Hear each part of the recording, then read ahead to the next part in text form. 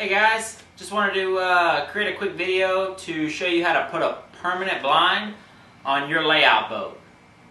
This boat doesn't really have any tie-offs to be able to tie brush onto it. So what you got to do is drill you some holes right there, and then you come over here and you've got these little pop rivets just like this. These are 3/8.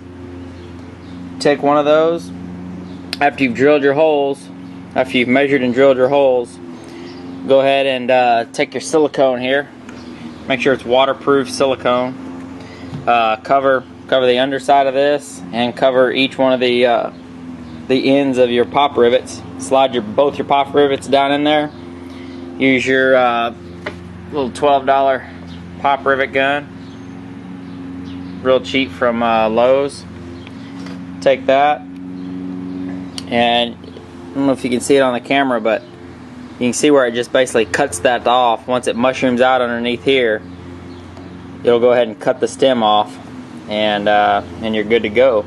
I don't put any of these pop rivets on the top, on the ends, because if you want to put another seat here, but I do have a pop rivet, or have your pad eyes right here and here, and the seat will just go right in between them. It can slide back and forth a little bit, but this is kind of a good range where I have those pad eyes. So, and then we'll also have a line running around the bottom lip of the boat.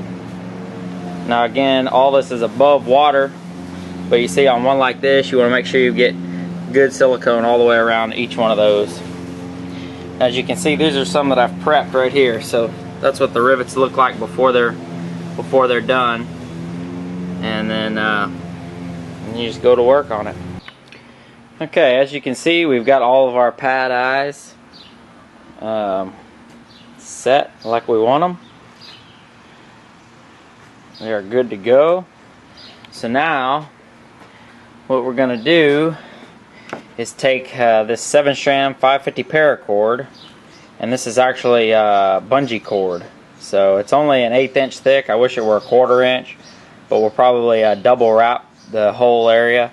So basically what we're going to do is take this cord, tie it probably to this corner right here, and then run it all the way around. And that's what is going to allow us to strap our or zip tie our mesh fencing to. So we're at the end of day one. I have the bungee cable on the boat. You can see I've ran it through every one of the pad eyes on here. Ran it all the way around the lip of that. Then I came back around and ran it all the way across the top here on both sides. And now I've just got it tied off here on the end until I decide exactly what length. Since that's only 1/8 inch, I may go back around with it one more time. As you can see, I've still got quite a bit of rope left. So, alright, as you can see, we've got our netting on. And you can see we've attached it to the top. And we've attached it to the bottom. Once I had it fully attached, I went ahead and trimmed it right here at the water line. And so that's just kind of the sides. So essentially we have both sides completely netted, so our brush is actually ready to go on there.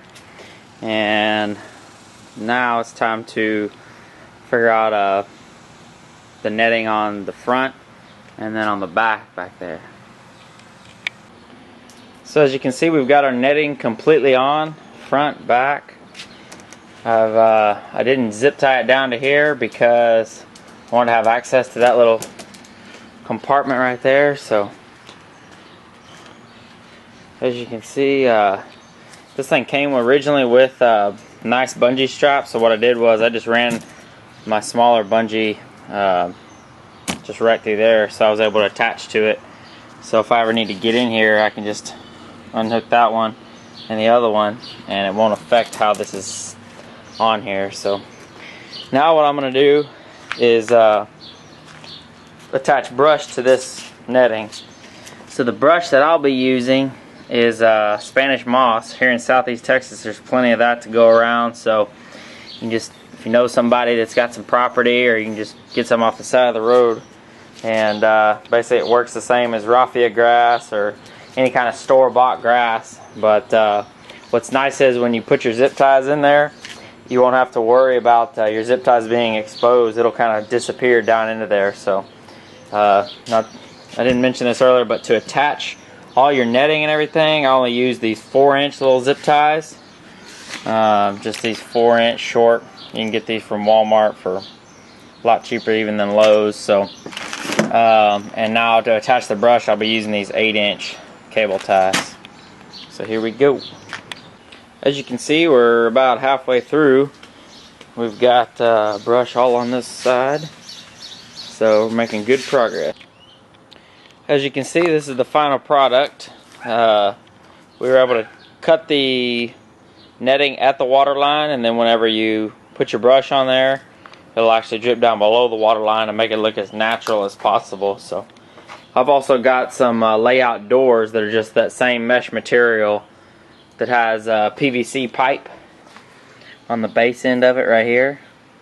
And then I've attached my netting all to it, and then I've zip tied that to the side of it. So as you can see, you can hop down in there and have you a good cover wherever you want to go. I'm still debating on if I want to keep those doors or not. I may end up just cutting natural brush, and I can still slide natural brush in to cover the opening of the hole in there. So there it is. For pretty inexpensive, probably under $100, you can make your own blind. If you can find anywhere to get free brush, especially like this Spanish moss, it's a really good deal. So I want to give you guys a recap on the items that we used and where I got the items, and basically the best prices that you're going to be able to get on most of your items. So to start off, I went to Walmart and was able to get the silicone that you've seen in the video. Just got that from Walmart. Also got the 4-inch cable ties, zip ties, as well as the 8-inch. That's Walmart's going to be your best price on those. Then I went to Lowe's and was able to get your green fencing. That's about 3/4-inch green fencing. You can find it in the gardening section. I also got these pop rivets. They are 3/16 in diameter, and they are 1/2-inch length to give you plenty of room for whatever material you're going through. Got those at Lowe's as well as this Stanley pop rivet gun. It's about 12 or 14 bucks at Lowe's. The other thing I ended up getting, I had to go to Bass Pro for this, were these pad eyes. So everywhere I got these, put these on the boat. Got these from Bass Pro. You can find them in the kayak section. They're just a few bucks for a pack of about 10 or 12 of them. And lastly, my bungee cable that I used. I actually ordered this off of paracordplanet.com, but you can actually, you might be able to find it at Walmart. Like I said, I would prefer 1/4-inch over 1/8-inch. So like I said, I got plenty of this left over to use for anything else, other boats I may be doing in the future. Thanks, guys.